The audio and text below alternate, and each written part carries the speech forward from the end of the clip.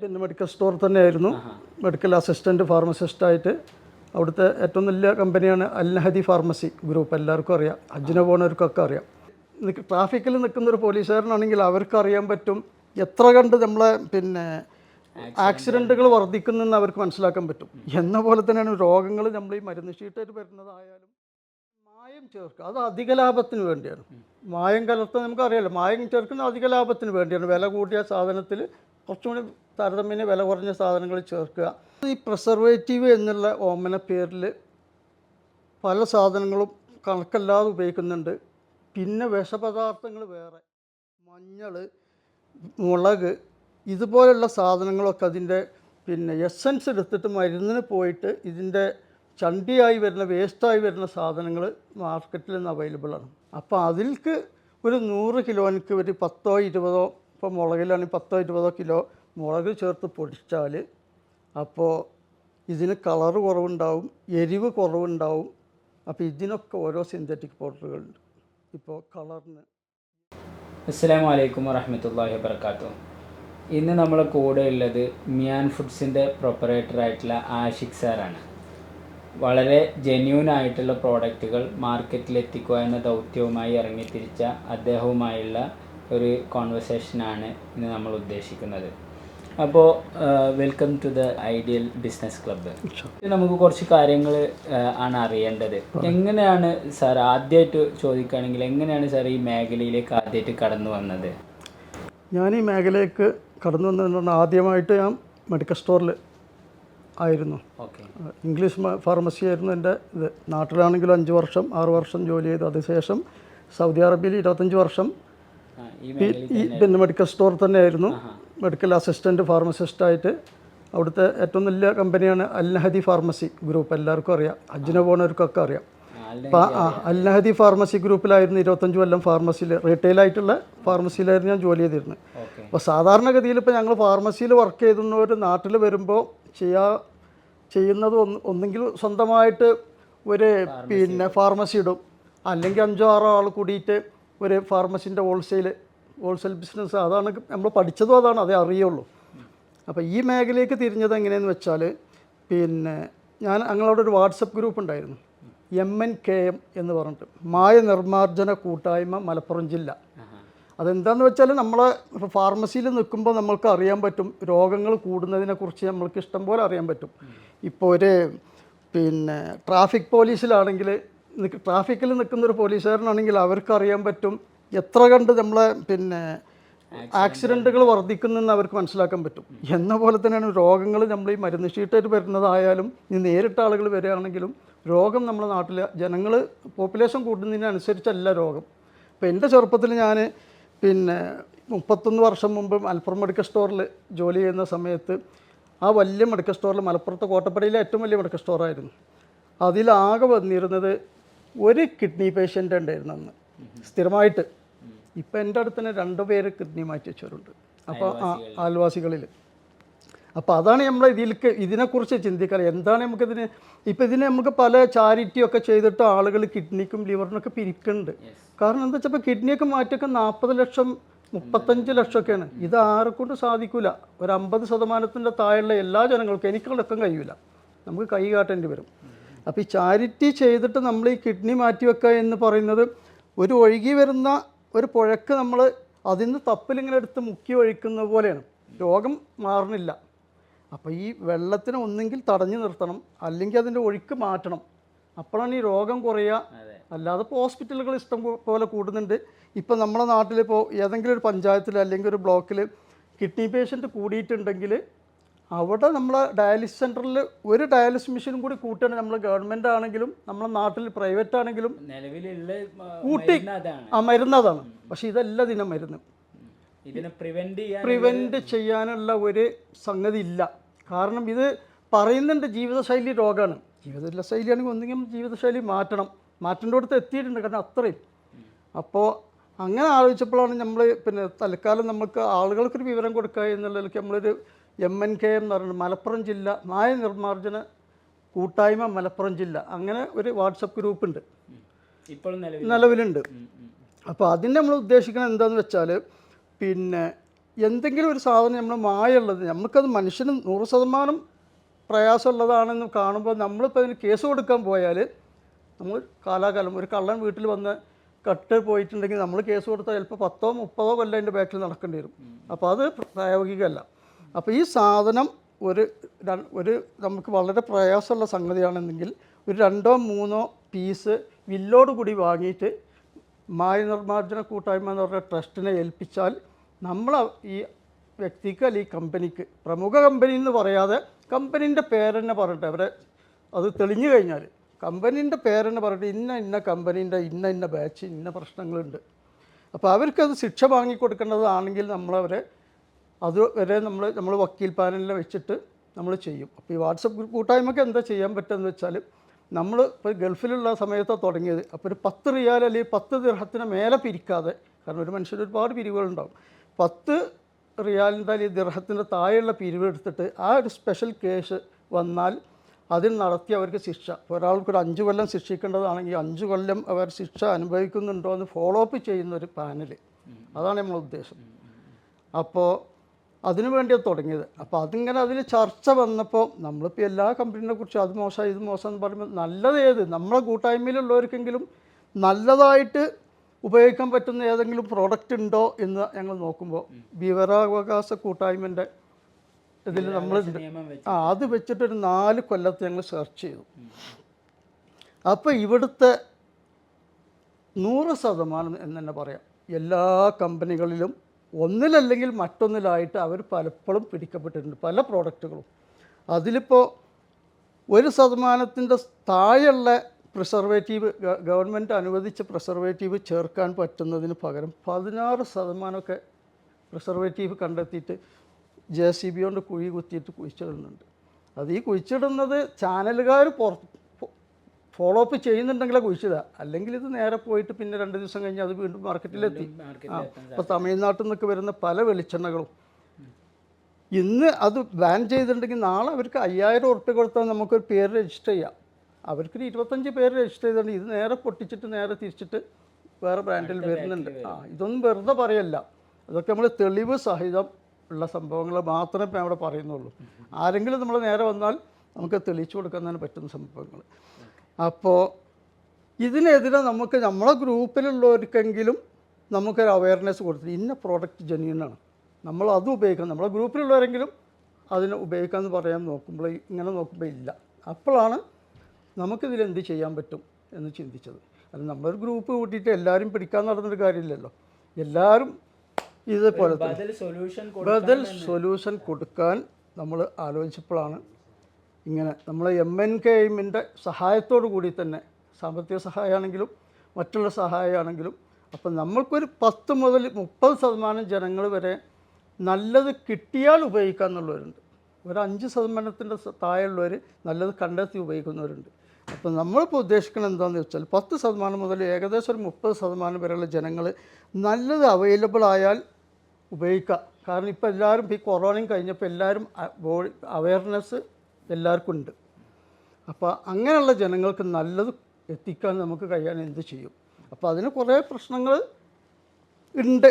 അതിലൊന്ന് പ്രിസർവേറ്റീവ് ചേർക്കാൻ ഉള്ള പ്രശ്നങ്ങൾ ചോദിക്കുക. അതായത് ഇപ്പോൾ എങ്ങനെയാണ് ഈ മേഖലയിലേക്ക് വന്നു എന്നുള്ളത് നമുക്ക് വ്യക്തമായി. അതായത് പിന്നെ ഒരു കൂട്ടായ്മയിൽ നിന്ന് പിന്നെ ഇത്തരം പ്രോഡക്റ്റുകളെ, മായം കലർന്ന പ്രോഡക്റ്റുകളെ നിർമ്മാർജ്ജനം ചെയ്യാനുള്ള, അല്ലെങ്കിൽ അത്തരം ആളുകളെ നിയമത്തിൻ്റെ മുന്നിലേക്ക് കൊണ്ടുവരാനുള്ള ശ്രമത്തിൻ്റെയൊക്കെ ഭാഗമായി നടക്കുമ്പോൾ അങ്ങനെ നമ്മുടെ ആ കൂട്ടായ്മയിൽ തന്നെ ചർച്ച വരികയാണ്, എന്താണ് അങ്ങനെയാണെങ്കിൽ ബദൽ എന്ത് പ്രോഡക്റ്റാണ് നമുക്ക് ഉപയോഗിക്കാനുള്ളത് എന്ന് ചോദിക്കുമ്പോൾ അതിന് നമുക്ക് കാണിച്ചു കൊടുക്കാൻ പറ്റുന്ന ഒരു പ്രോഡക്റ്റ് ഇല്ല. അപ്പോഴാണ് അങ്ങനെ ഒരു പ്രോഡക്റ്റിൻ്റെ സാധ്യതയെക്കുറിച്ച് മനസ്സിലാക്കുന്നത് ഈ മേഖലയിലേക്ക് എത്തുന്നതും. അപ്പം മെയിനായിട്ട് പിന്നെ നമുക്ക് ചോദിക്കാനുള്ളത്, അങ്ങനെയാണെങ്കിൽ എന്തൊക്കെയാണ് പ്രധാനമായ വ്യത്യാസങ്ങൾ ഈ മിയാൻ ഫുഡ്സിൻ്റെ പ്രോഡക്റ്റുകളും അതുപോലെ ഇതര പ്രോഡക്റ്റുകളുമായി മെയിനായിട്ടുള്ള പ്രത്യേകതകൾ എന്തൊക്കെയാണ് മിയാൻ ഫുഡ്സിന് അവകാശപ്പെടാനുള്ളത്? നമ്മളെ പ്രോഡക്റ്റുകൾക്ക്, നമ്മളെ മാർക്കറ്റിലുള്ള പല പ്രോഡക്റ്റുകൾക്കുള്ള പ്രയാസങ്ങൾ എന്താണെന്ന് വെച്ചാൽ ഭക്ഷണത്തിൻ്റെ ചേരുവകളെ കുറിച്ചുള്ളതാണ് ഞാൻ പറയുന്നത്. അപ്പം നമ്മൾ ചെയ്യുന്നത് എന്താ വെച്ചാൽ സ്പൈസസ് പൗഡറുകളും അതുപോലുള്ളതാണ്. ഇത് 2 നിലക്കുണ്ട്. ഒന്ന്, ഇതിൽ മായം ചേർക്കുക, അത് അധിക ലാഭത്തിന് വേണ്ടിയാണ്. മായം കലർത്താൻ നമുക്കറിയാമല്ലോ, മായം ചേർക്കുന്നത് അധിക ലാഭത്തിന് വേണ്ടിയാണ്. വില കൂടിയ സാധനത്തിൽ കുറച്ചും കൂടി താരതമ്യേന വില കുറഞ്ഞ സാധനങ്ങൾ ചേർക്കുക. പിന്നെ ക്വാളിറ്റിയിലുള്ള കുറവ് അത് വേറെ ഉണ്ട്, അതിൻ്റെ പുറമെ വേറെ കണ്ടൻറ്റ് കോമ്പോണൻറ്റ് ചേർക്കുമ്പോഴാണ് ഇത് കൂടുന്നത്. അപ്പോൾ ഒന്നത്. രണ്ടാമത് ഈ പ്രിസർവേറ്റീവ് എന്നുള്ള ഓമന പേരിൽ പല സാധനങ്ങളും കണക്കല്ലാതെ ഉപയോഗിക്കുന്നുണ്ട്. പിന്നെ വിഷപദാർത്ഥങ്ങൾ വേറെ, അതും ഈ ലാഭത്തിൻ്റെ ഭാഗമായിട്ടാണ്. കാരണം മഞ്ഞൾ, മുളക് ഇതുപോലുള്ള സാധനങ്ങളൊക്കെ അതിൻ്റെ പിന്നെ എസൻസ് എടുത്തിട്ട് മരുന്നിന് പോയിട്ട് ഇതിൻ്റെ ചണ്ടിയായി വരുന്ന വേസ്റ്റായി വരുന്ന സാധനങ്ങൾ മാർക്കറ്റിൽ നിന്ന് അവൈലബിൾ ആണ്. വലിയ കളറും അപ്പോൾ അതിൽ ഈ പിണ്ണാക്ക് പോലെ ഉള്ള സാധനങ്ങൾ കിട്ടുന്നുണ്ട്. അപ്പോൾ അതിൽക്ക് ഒരു 100 കിലോനിക്ക് ഒരു 10-20, ഇപ്പോൾ മുളകിലാണെങ്കിൽ 10-20 കിലോ മുളക് ചേർത്ത് പൊടിച്ചാൽ അപ്പോൾ ഇതിന് കളറ് കുറവുണ്ടാവും, എരിവ് കുറവുണ്ടാവും. അപ്പോൾ ഇതിനൊക്കെ ഓരോ സിന്തറ്റിക് പൗഡറുകളുണ്ട്.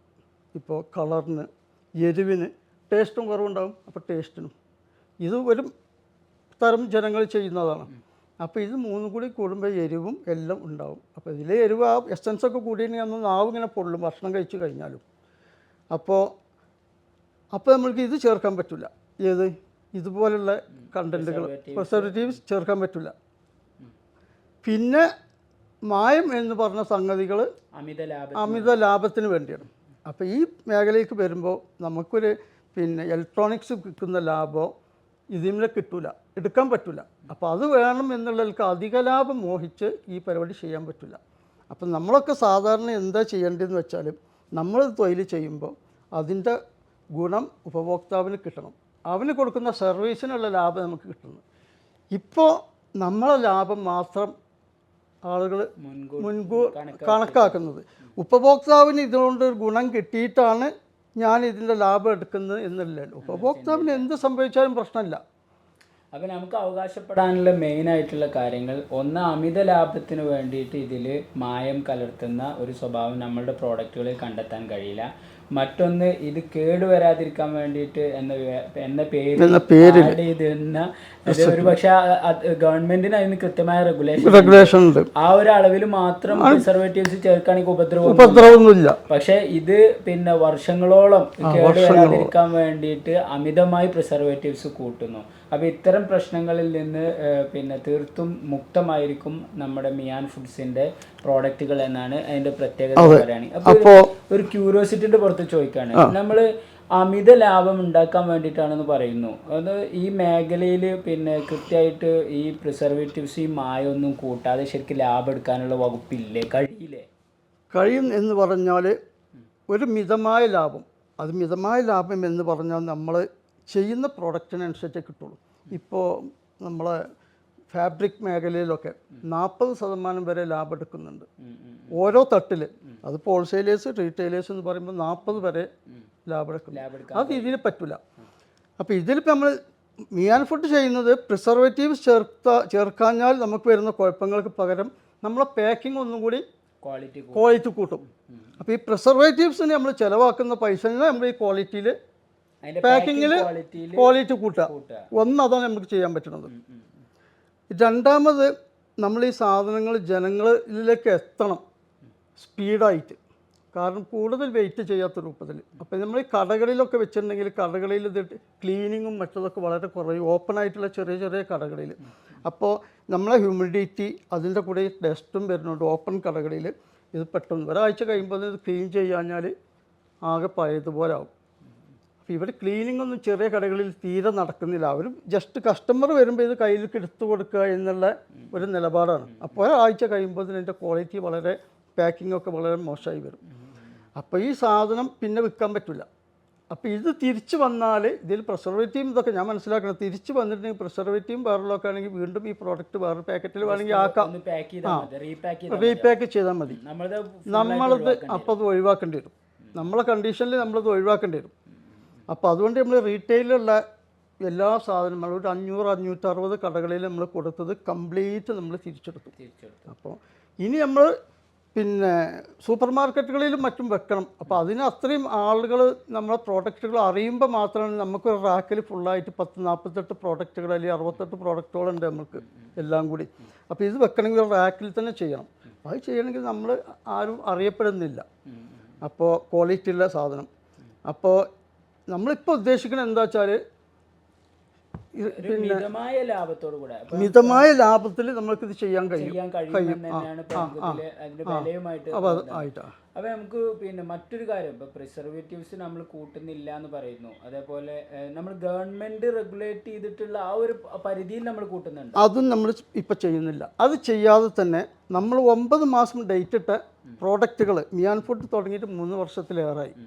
പക്ഷെ ഒരു 1.5 വർഷം 2 വർഷത്തോളം ഞാൻ അതിൻ്റെ പരീക്ഷണത്തിൽ തന്നെയായിരുന്നു. നമ്മൾ ജനുവനായിട്ട് നല്ല സാധനങ്ങൾ പൊടിച്ചിട്ട് നല്ല പാക്കറ്റിൽ നല്ല ക്ലൈമറ്റിൽ നമ്മൾ വെച്ചിട്ട് 1 വർഷം 4 മാസം വരെ നമ്മൾ സൂക്ഷിച്ചിട്ടും പല പിന്നെ സ്പൈസസ് പൗഡറുകൾ നമുക്ക് കേടായിട്ടില്ല. അങ്ങനെ കേടാകാതിരിക്കാനുള്ള കാരണം എന്തായിരിക്കും? ഇതിന്റെ പാക്കിങ്ങിന്റെ ക്വാളിറ്റി തന്നെയാണ്. പാക്കിങ്ങിന്റെ ക്വാളിറ്റി ഒന്ന്, നമ്മളെ പ്രോഡക്റ്റിന്റെ ക്വാളിറ്റി ഒന്ന്, നമ്മൾ റോ ആയിട്ട് നമ്മൾ കളക്ട് ചെയ്യുന്ന സാധനത്തിന്റെ ക്വാളിറ്റിയും കൂടി ഉണ്ട്. അപ്പോൾ അങ്ങനെ വെക്കുമ്പോൾ ഒരു കൊല്ലം 4 മാസം വരെ നല്ല ക്ലൈമറ്റിൽ സാധനം വെച്ചിട്ട് കേട് വരാത്തതിന് നമ്മൾ 9 മാസമാണ് ഡേറ്റ് ഇടുന്നത്.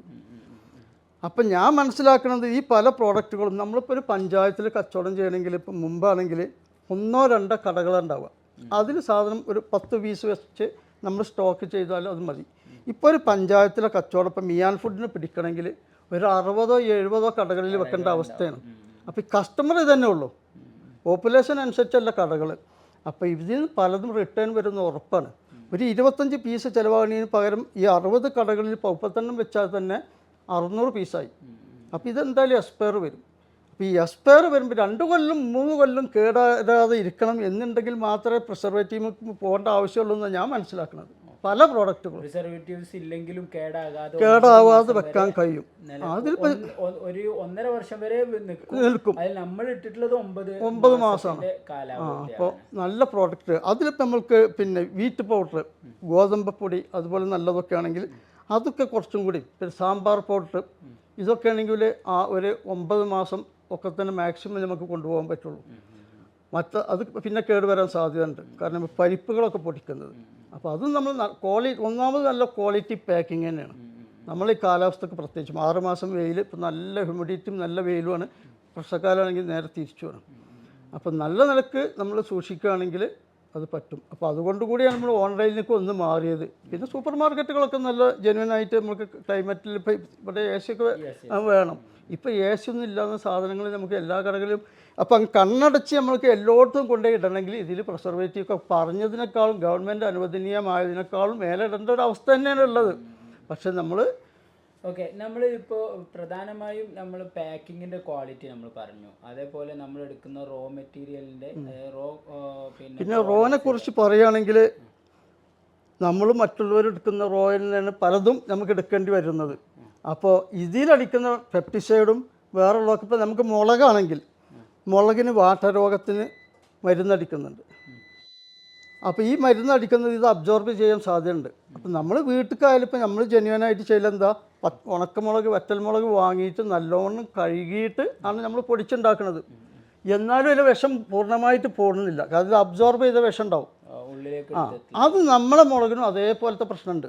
കാരണം നമുക്കൊരിക്കലും ഒരു മുളകുണ്ടാക്കുന്ന ജൈവ കർഷകനെ കണ്ടെത്താനുള്ള സ്ട്രെങ്ത് നമുക്കായിട്ടില്ല.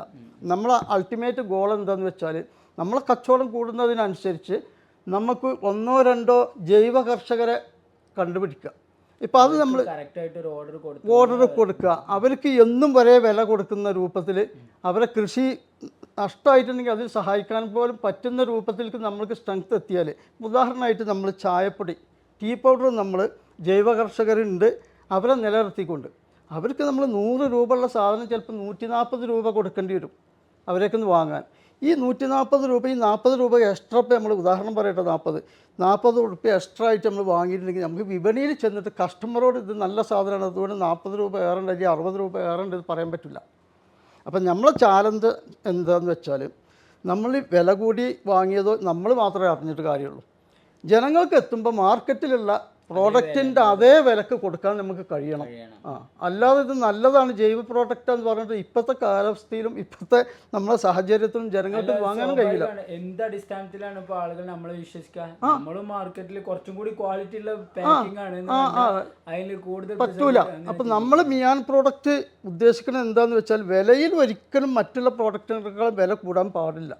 ആ നിലയ്ക്ക് എന്ത് ചെയ്യാൻ പറ്റുമെന്ന് നോക്കുമ്പോൾ ഒന്നാമത് ചെയ്യാൻ പറ്റുന്നത് നമ്മളിതൊരു സർവീസും കൂടിയാണ്, നാളേക്കും കൂടി ഒരു ഉപകാരപ്പെട്ട സംഗതിയാണ് എന്നുള്ള നിലക്ക് നമ്മളതിൻ്റെ ലാഭത്തിൻ്റെ കാര്യത്തിൽ വളരെ കോംപ്രമൈസ് ചെയ്യണം, വിട്ടുവീഴ്ച ചെയ്യണം. അതിനുള്ള ഗുണം നാളെ നമുക്കുണ്ടാവും. കാരണം നമ്മൾ അവസാന കാലഘട്ടത്തിലെ കച്ചവടം ചെയ്യുന്ന ആളുകൾക്ക് മുഹമ്മദ് നബി പറഞ്ഞിട്ടുണ്ട് എന്ത്, അവർക്ക് ഷഹീദിൻ്റെ കൂലിയാണ്. അവസാന കാലഘട്ടത്തിലെന്ന് പറഞ്ഞത് ഈ അവസാനത്തെ കാലഘട്ടത്തിൽ തന്നെയാണ് നമ്മൾ കിടക്കുന്നത് ഇപ്പോഴത്തെ കാലത്ത് നമ്മൾ. അപ്പം അതിന് നമ്മൾ നല്ലോണം ത്യാഗം സഹിക്കണം.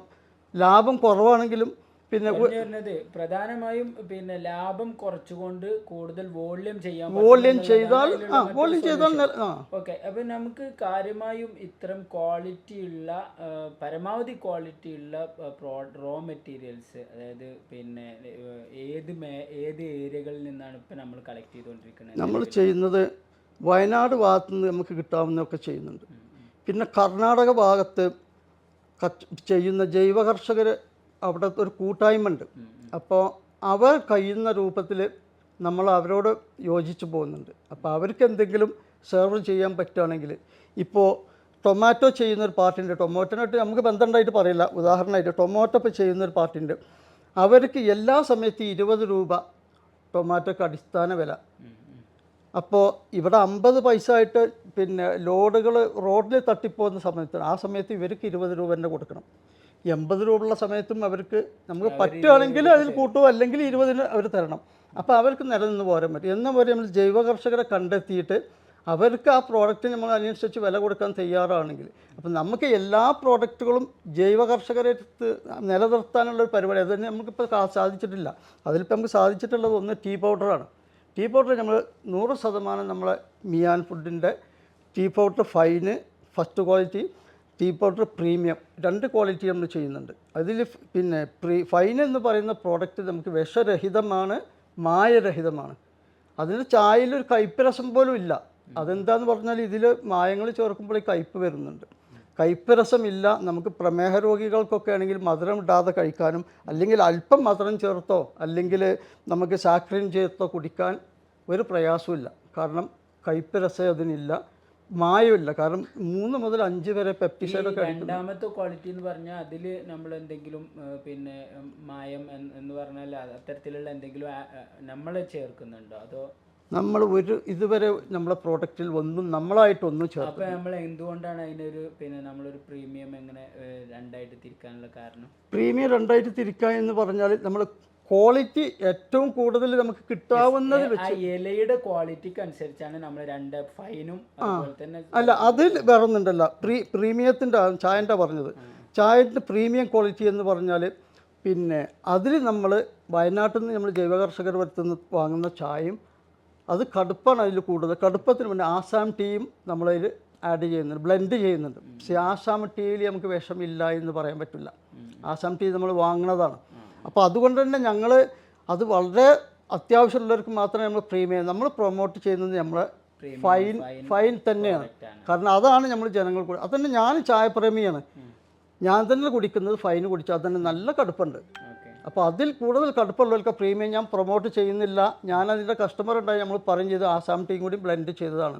അതേ സമയത്ത് നമ്മൾ വയനാട്ടിൽ നിന്ന് വാങ്ങുന്ന ടീ പൗഡർ ആണെങ്കിൽ നമുക്ക് 100% അത് വിഷമില്ല, മായമില്ല, നല്ല കടുപ്പുള്ള ചായ തന്നെയാണ്. പിന്നെ മറ്റ് പ്രോഡക്റ്റുകളിൽ നമ്മൾ വിഷത്തിൻ്റെത് പറഞ്ഞാൽ നമ്മൾക്കിപ്പോൾ നമ്മൾ വീട്ടിലിപ്പോൾ മുളകാണെങ്കിൽ നമ്മൾ വാങ്ങിയിട്ട് മല്ലിയാണെങ്കിൽ കഴുകി ഉപയോഗിക്കുമല്ലോ, അത് മാത്രമേ നമുക്കതിൽ ചെയ്യാൻ പറ്റുള്ളൂ. ക്വാളിറ്റി ഉള്ള മല്ലി നമ്മൾ നോക്കുന്നുണ്ട്. ഇനി വിഷമില്ലാത്തത് എവിടെയെങ്കിലും നമുക്ക് കിട്ടാവുന്നതാണെങ്കിൽ നമ്മൾ വാങ്ങും. ഇപ്പോൾ നമ്മൾ ഏലം ജൈവ കർഷകരായിട്ട് നിന്ന് വാങ്ങുന്നുണ്ട്. ഏലത്തിന് നല്ല വിഷമടിക്കുന്നുണ്ട്. അപ്പോൾ ഏലം അതുകൊണ്ട് തന്നെ നമ്മൾ പ്രോഡക്റ്റിന് വില കൂടാൻ ഏലത്തുമ്പിൽ മാത്രം. ഏലം തന്നെ 5 mm, 6 mm, 7 mm എന്ന് പറഞ്ഞ് ഓരോ MM-ൻ്റെ വ്യത്യാസം തന്നെ 250, 260 രൂപ വ്യത്യാസമുണ്ട്. 7-നും 8-നും ഇടയിൽ 400 രൂപേൻ്റെ വ്യത്യാസമുണ്ട്. അതായത് ഏലത്തിന് സൈസിന് തന്നെ. അപ്പോൾ നല്ല ക്വാളിറ്റിയിൽ ഒരു 4-5 mm പിടിക്കുന്നതും ഏറ്റവും ലോക്കൽ പൊടിക്കുന്നത് തമ്മിൽ വളരെ വ്യത്യാസമുണ്ട്. അത് നമുക്ക് നമ്മളെ പാക്കറ്റ് തുറക്കുമ്പോൾ തന്നെ അതിൻ്റെ സ്മെല്ല് കേട്ടാൽ തന്നെ നമുക്ക് മനസ്സിലാവും. അപ്പോൾ അതന്നെ നമ്മൾ ജൈവ കർഷകർ കിട്ടാവുന്ന സാധനങ്ങൾ പ്രോഡക്റ്റൊക്കെ നമ്മൾ ജൈവ കർഷകരെ അടുത്ത് നിന്ന് വാങ്ങുന്നുണ്ട്. പക്ഷേ എല്ലാം നമുക്ക് ജൈവ കർഷകരെ അടുത്ത് കിട്ടാൻ തോന്നുന്നില്ല. അപ്പോൾ ജൈവ കർഷകരല്ല, അത് സാധാരണ മാർക്കറ്റിൽ കിട്ടുന്ന ഒരു സാധനം തന്നെ റോ തന്നെയാണ് നമ്മൾ വാങ്ങണമെന്ന് വെച്ചാൽ അതിൻ്റെ അത് നമ്മൾ കഴുകി കേടുകളൊക്കെ കളയാൻ വേണ്ടി നമ്മൾ ശ്രമിക്കും. അത് നമ്മൾ കഴുകി ഉപയോഗിക്കാൻ പറ്റുന്നത് മുഴുവൻ നമ്മൾ കഴുകി ഉപയോഗിക്കുന്നുണ്ട്. ഇപ്പോൾ പല കമ്പനികളും ഇപ്പോൾ ഓരോ വിലക്കൊക്കെ കൊടുക്കുമ്പോൾ നമുക്ക് മുളകൊക്കെ കഴുകി ഉപയോഗിക്കഴിഞ്ഞാൽ വീട്ടിൽ കഴുകിയ മുളക് നമുക്ക് അറിയാൻ പറ്റും. അപ്പോൾ അതുപോലെ നമ്മൾ മുളക് കഴുകിയാൽ തന്നെ അതിലുള്ള ഒരുവിധം വിഷങ്ങൾ പോകും. അബ്സോർബ് ചെയ്തത് പോകാൻ നമുക്കൊരു നിവൃത്തി ഇപ്പോഴും ഇല്ല. അത് നമ്മൾ വീട്ടിൽ കൊടുന്നിട്ട് മുളക് വാങ്ങിയിട്ട് പൊടിച്ചാലും ഇല്ല. നമ്മൾ വീട്ടിൽ ആരും മുളക് പൊടിക്കാൻ മാത്രമുള്ള മുളകാരും ചെയ്യുന്നില്ല. അപ്പോൾ വീട്ടിൽ ഉപയോഗിക്കുന്ന അതേ ക്വാളിറ്റിയിൽ നമുക്കിപ്പോൾ സാധനം കൊടുക്കാൻ പറ്റുന്നുണ്ട്. നമ്മൾ IBCയുടെ പ്രവർത്തകർ, അതായത് ഐഡിയൽ ഇ ഷോപ്പിയുടെ ആളുകൾ നിങ്ങളുടെ അടുത്ത് വന്ന് കണ്ട സമയത്ത് നിങ്ങൾ തന്നെ ഒരു ഓൺലൈൻ പ്ലാറ്റ്ഫോമിനെ കുറിച്ച് ചിന്തിച്ചുകൊണ്ടിരിക്കുകയാണ് എന്ന് പറഞ്ഞു. അപ്പോഴാണ് നമ്മൾ ഈ ഒരു ടൈപ്പിനെ കുറിച്ച് നമ്മൾ ചിന്തിക്കുന്നത്. എന്തുകൊണ്ടാണ് ഈ സൂപ്പർ മാർക്കറ്റ്, നേരത്തെ അതിൻ്റെ ഒരു ഭാഗം നിങ്ങൾ പറഞ്ഞിട്ടുണ്ടെങ്കിൽ പോലും ഒന്നുകൂടി ചോദിക്കുകയാണ്, ഓൺലൈനാണ് ഏറ്റവും നല്ല ഇത്തരം പ്രോഡക്റ്റുകൾ സെല്ല് ചെയ്യാനുള്ള ഏറ്റവും നല്ല മാർഗം എന്ന് ചിന്തിക്കാനുള്ള കാരണം? അതിനുള്ള കാരണം എന്താണെന്ന് വെച്ചാൽ, ഇപ്പോൾ ഞാൻ പറഞ്ഞു റീറ്റെയിലിൽ ഓപ്പൺ ആയിട്ടുള്ള ചെറിയ ചെറിയ കടകളിൽ നമ്മൾ 560ഓളം കടകളിൽ സാധനം വെച്ചു. അപ്പോൾ അതിൽ ചില കടയിൽ വെയിലടിക്കുന്ന പ്രശ്നമുണ്ട് 1-2 മണിക്കൂർ. അപ്പോൾ അതിന് കർട്ടൻ ഇടാഞ്ഞാൽ നമ്മളെ സാധനം പ്രിസർവേറ്റീവ് ഇല്ലാത്ത, പ്രിസർവേറ്റീവ് ചേർക്കുക എന്ന് പറഞ്ഞിട്ടുണ്ടെങ്കിൽ ശൂന്യാകാശത്തുള്ള പോലെയാണ്. പ്രത്യേകിച്ച് ഇത് കൂടുതൽ ചേർക്കുമ്പോൾ അതിൽ ഒരു വ്യത്യാസം വരുന്നില്ല, ഒരു കെമിക്കൽ റിയാക്ഷൻ അവിടെ നടക്കുന്നില്ല. ഇപ്പം നമ്മൾ ഈ ഓരോ പ്രോഡക്റ്റുകൾ പൊടിക്കുന്നത് ജൈവമായ സാധനങ്ങളാണ് പൊടിക്കുന്നത്. അപ്പോൾ ഇതിലിങ്ങനെ ഓരോ ബാക്ടീരിയ പ്രവർത്തനം നടന്നുകൊണ്ടിരിക്കും. നമ്മുടെ ശരീരത്തിൽ ബാക്ടീരിയ ഉള്ള പോലെ തന്നെ വായുവിലുള്ള ബാക്ടീരിയകൾ അവിടെ നടന്നുകൊണ്ടിരിക്കുന്ന പ്രവർത്തനങ്ങൾ. അതുകൊണ്ടാണ് ഇത് അവസാനം കേടുവരുന്നത്. അപ്പോൾ ഇങ്ങനത്തെ പ്രോഡക്റ്റുകൾക്ക് വെയിലും ഇതൊക്കെ വന്നിട്ടുണ്ടെങ്കിൽ ഹ്യൂമിഡിറ്റിയും എല്ലാം പ്രശ്നമാണ്. അപ്പോൾ മറ്റുള്ള പ്രോഡക്റ്റുകളിൽ അതിനാണ് ഇപ്പോൾ പ്രിസർവേറ്റീവൊക്കെ ഗവൺമെൻറ് പറഞ്ഞ കണക്കിലും മേലെ ചേർക്കേണ്ട ആവശ്യം വരുന്നത് അതുകൊണ്ടാണ്. അപ്പോൾ നമ്മൾ ഈ 560 കടകളിൽ നിന്ന് ഇത് തിരിച്ചെടുത്തപ്പോൾ നമ്മൾ ഉദ്ദേശിച്ചത് എന്താണെന്ന് വെച്ചാൽ ഇനി ഒരു ഓൺലൈൻ പ്ലാറ്റ്ഫോമിലേക്ക് മാറുക. അപ്പോൾ അതുകൊണ്ടുള്ള ഗുണം എന്താണെന്ന് വെച്ചാൽ നമ്മളിപ്പോൾ കേരളത്തിൽ ഒന്നിച്ച് കച്ചവടം ചെയ്യുകയാണെങ്കിൽ 1000 കട, 10000 കട, 1,00,000 കടകളിലാണ് വെച്ചാൽ നമുക്ക് ഇത്രയും കസ്റ്റമറിലേക്ക് എത്തിക്കാൻ പറ്റില്ല. അതേ സമയത്ത് കേരളത്തിൽ ഉടനീളം നമ്മളിപ്പോൾ ഒരു ഓൺലൈൻ സിംഗിൾ ആണെങ്കിൽ നമുക്കിത് AC എയർ കണ്ടീഷൻ റൂമിൽ വെച്ചിട്ട് തന്നെ നമുക്ക് കച്ചവടം ചെയ്യാൻ പറ്റും. ഗോഡൗൺ പോലെ AC-യിലാണ്. അതാണ് ഇപ്പോൾ AC-യിലും ആയിട്ടുണ്ടെങ്കിൽ, AC കണ്ടീഷൻ ആയിട്ടുണ്ടെങ്കിൽ നമുക്ക് ഈ കടകളിൽ നിന്ന് ഇപ്പോൾ ആർക്കും ചെയ്യാൻ പറ്റാത്തതാണ് ചെറിയ ചെറിയ കടകളിൽ. അതേ സമയത്ത് ഈ കേരളത്തിലുള്ള എല്ലാ ജനങ്ങൾക്കും വേണ്ടി ഒരൊറ്റ AC ഒക്കെ ഉള്ള നല്ല എയർ കണ്ടീഷൻ ഉള്ള റൂമിൽ വെച്ചിട്ട് തന്നെ നമുക്ക് 100 പീസ് നമുക്ക് പുതിയതായിട്ട് പൊടിച്ച് വെച്ചാൽ ആ 100 പീസിൽ 50 പീസ് പോകുമ്പോൾ അവിടേക്ക് അഡീഷണലായിട്ട് 50 പീസ് കൊടുത്താൽ മതി. 1000 പീസ് പോകാൻ തുടങ്ങുമ്പോൾ നമുക്ക് അഡീഷണലായിട്ട് 500 പീസ് കൊടുത്താൽ മതി. ക്വാളിറ്റിയും നമുക്ക് പുതിയ പുതിയ സാധനം. ഈ സുഗന്ധവ്യഞ്ജനങ്ങളൊക്കെ പൊടിക്കുമ്പോൾ ഇതിൻ്റെ ഉള്ളിലൊക്കെ എണ്ണ ഉണ്ട്. ഇപ്പം നമ്മൾ നാളികേരത്തിൽ നിന്ന് എണ്ണ എടുക്കും പോലെ നമ്മൾ മഞ്ഞൾ ആട്ടിയാൽ അതിനും എണ്ണ ഉണ്ട്. അത് എല്ലാത്തിനും ഒരു എണ്ണ, ഒരു തൈലമുണ്ട്. അപ്പോൾ ഇത് 2 മാസം 3 മാസം കഴിയുമ്പോൾ ഈ തൈലം ഇതിൽ നിന്ന് പുറത്ത് വന്നുകൊണ്ടേയിരിക്കും. അപ്പോൾ അതിൻ്റെ ക്വാളിറ്റിയിലും ടേസ്റ്റിലൊക്കെ പൊതുവെ പ്രിസർവേറ്റീവ് ചേർക്കാത്ത നമ്മൾ നല്ല സാധനത്തിൻ്റെ പറയുന്നത് ഇത് മാറ്റം വന്നുകൊണ്ടേയിരിക്കും. അപ്പം നമ്മളൊരു 3 മാസം 4 മാസത്തിൻ്റെ ഉള്ളിൽ ഈ പ്രോഡക്റ്റുകൾ നമ്മൾ ഉപയോഗിക്കുകയാണെങ്കിൽ അതിൻ്റെ ടേസ്റ്റിൽ തന്നെ നല്ല ഇതുണ്ടാവും. അപ്പോൾ ഓൺലൈൻ പ്ലാറ്റ്ഫോമിലാകുമ്പോൾ എന്താണെന്ന് വെച്ചാൽ നമുക്ക് പുതിയത് ജനങ്ങൾക്ക് ഇന്ന് പൊടിച്ചത് അടുത്ത ആഴ്ച നമുക്ക് ജനങ്ങളിലേക്ക് എത്തിക്കാൻ കഴിയും. ഓക്കെ, മറ്റൊരു കാര്യം ചോദിക്കാനുള്ളത്, ഇപ്പോൾ നിലവിൽ മാർക്കറ്റിൽ ഇത് ഒരു ജെന്യൂൻ പ്രോഡക്റ്റ് ആണെന്ന് തോന്നിപ്പിക്കാൻ വേണ്ടി പല ഗിമ്മിക്കുകളും കാട്ടാറുണ്ട് എന്ന് നിങ്ങൾ നമ്മുടെ പ്രതിനിധി സംഘത്തോട് പറഞ്ഞിട്ടുണ്ടായിരുന്നു എന്ന് പറഞ്ഞു. അങ്ങനെ മാർക്കറ്റിൽ നിങ്ങൾ കണ്ടെത്തിയിട്ടുള്ള ഗിമ്മിക്കുകൾ, അതായത് ഇത് ജെന്യൂൻ പ്രോഡക്റ്റ് ആണ്, ഇതിങ്ങനെ വീട്ടിൽ നിന്ന് പൊടിച്ചു കൊണ്ടുവരുന്നതാണെന്ന് തോന്നിപ്പിക്കാൻ വേണ്ടിയിട്ടുള്ള എന്തൊക്കെ ഗിമ്മിക്ക്? അതിൽ ഇപ്പോൾ ഏറ്റവും ഇപ്പോൾ ഞാൻ മാർക്കറ്റിൽ ഇപ്പോൾ 560 കടയിൽ പോയി എന്ന് പറഞ്ഞാൽ ഇത്രയും കടകളിൽ വെക്കുന്നതിന് നമ്മളൊരു 15000 കടകളിൽ പോകുമ്പോഴാണ് ഇത്രയും കടകളിൽ നമ്മൾ പുതിയ പ്രോഡക്റ്റിൽ വെക്കാൻ തയ്യാറാവുക. അപ്പോൾ അത്രയും കടകളിൽ നമ്മൾ പോകുമ്പോൾ നമുക്ക് അതിൻ്റെ ഒരു കടയിൽ കച്ചവടം ഉണ്ടാകുന്ന കാണാൻ ഇപ്പോൾ ഒരു പലചരക്കടയിൽ കയറിയിട്ടുണ്ടെങ്കിൽ അവിടുത്തെ വെജിറ്റബിളിൻ്റെ ക്വാളിറ്റിയും അതിൻ്റെ ക്വാണ്ടിറ്റിയും കണ്ടിട്ടുണ്ടെങ്കിൽ നമുക്ക് മനസ്സിലാവും ഇവിടെ കച്ചവടം ഉണ്ട്. അപ്പോൾ ഇത്തരം പ്രോഡക്റ്റുകൾ നമ്മൾ കൂടുതൽ റബ്ബർ ഇട്ടിട്ട് ഇപ്പോൾ ഒരു ട്രെൻഡാണ്. ചെറിയ കീസിൽ സാധാ ഒരു പേരും ഇല്ലാത്ത കീസിൽ റബ്ബർ ഇട്ടിട്ട് വെക്കും. അത് 40 പീസ് പോകുന്ന കടകളൊക്കെ ഉണ്ട്. ഒക്കെ 250ൻ്റെ പാക്കറ്റായിരിക്കും. 1 കിലോ വേണ്ടവർക്ക് 4 പാക്കറ്റ് കൊടുക്കും.